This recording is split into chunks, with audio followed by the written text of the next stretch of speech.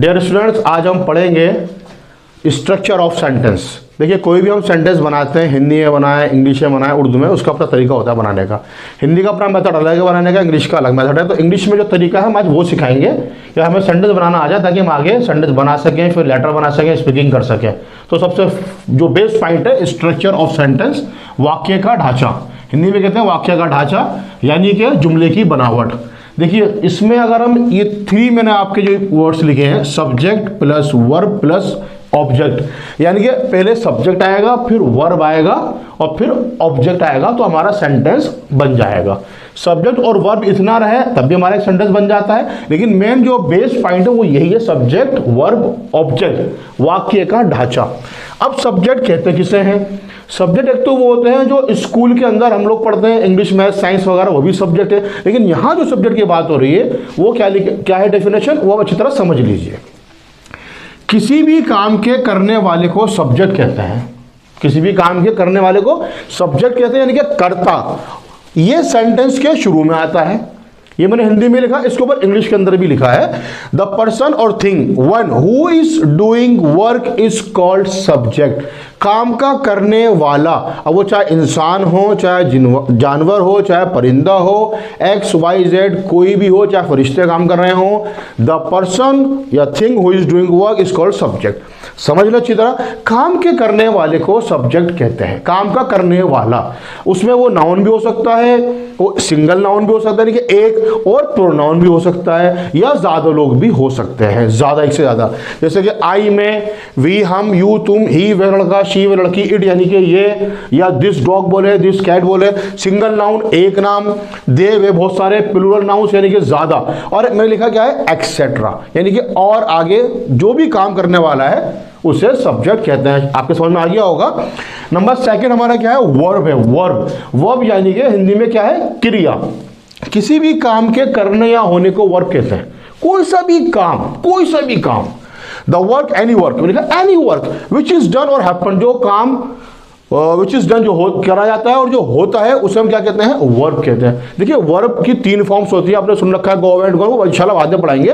Verb की 3 form भी होती है, वर्ब कितनी तरह के होते हैं ये भी एक चैप्टर है, वो आगे की बात है। अभी वर्ब किसी भी काम के करने या होने को वर्ब कहते हैं, कोई सा भी काम।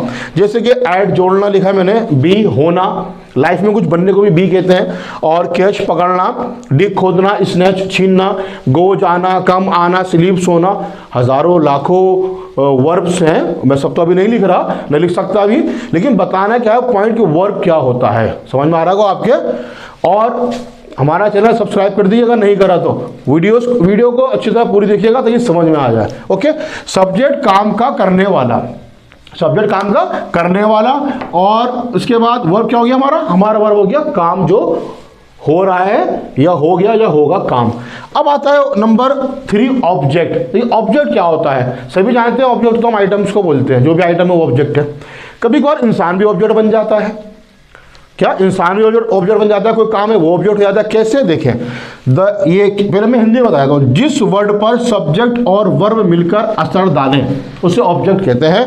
ये सेंटेंस के आखिर में आता है। जिस वर्ड पर असर आ रहा है, द अफेक्टेड, जो असर पड़ रहा है, अफेक्ट यानी कि असर डालना, that word which is affected और इंडिकेटेड, या जिस वर्ड की तरफ इशारा कर जा रहा है, मेन कौन कर रहा है वो इशारा, सब्जेक्ट और वर्ब मिलकर, by the subject and verb together, एक साथ, इज कॉल्ड ऑब्जेक्ट। दोनों मिलके एक साथ जो जिस पर असर डालना है, सब्जेक्ट और वर्ब मिलकर। एग्जाम्पल देकर मैं समझाता हूं। देखिए, एग्जाम्पल मैंने लिखा है बुक, मी, क्रॉस, हिज ब्रदर, एक्सेट्रा। कैसे हो जाता है देखिए, मिसाल के तौर पर मैंने कहा मेरी अम्मी डांटती हैं, मेरी अम्मी डांटती है। काम कौन कर रहा है? मेरी अम्मी। यस, मेरी, अगर मैं हिंदी में लिखता हूं, देखिए मैंने लिखा मेरी अम्मी, ठीक है, मेरी अम्मी मुझे डांटती हैं, मुझे डांटती हैं। अब मैंने हिंदी में लिखा। अब इंग्लिश में कैसे होगा, काम करने वाला ये रहा, मेरी अम्मी, यानी कि क्या हो गया ये, यस, मेरी अम्मी क्या हो गया, माई मदर। माई मदर, काम मेरी अम्मी कर रही है, माई मदर। अब अगर मैं लिखूं कि मेरी अम्मी, माई मदर, मुझे, मी, तो सेंटेंस गलत हो जाएगा। वो तो हिंदी का तरीका है, इंग्लिश का पैटर्न अलग। वो पैटर्न मैंने आपको बताया है, सब्जेक्ट वर्ब ऑब्जेक्ट। अब ऑब्जेक्ट काम करने वाला तो सब्जेक्ट है, और ऑब्जेक्ट क्या है, जिस पर असर आ रहा है। मेरे में डांटती है, किसे, मुझे, मी, ठीक है, लेकिन ऑब्जेक्ट आएगा लास्ट। अब काम कौन सा हो रहा है, यस डांटना, तो स्कॉल्ड। किसे डांटती है, मुझे डांटती है। ये हमारा सेंटेंस के तरीका, जो सेंटेंस का तरीका इंग्लिश का, हिंदी के अकॉर्डिंग नहीं लिखेंगे हम, वो तो गलत आएगा, वो तो जंबल वर्ड से आएंगे फिर हमारे।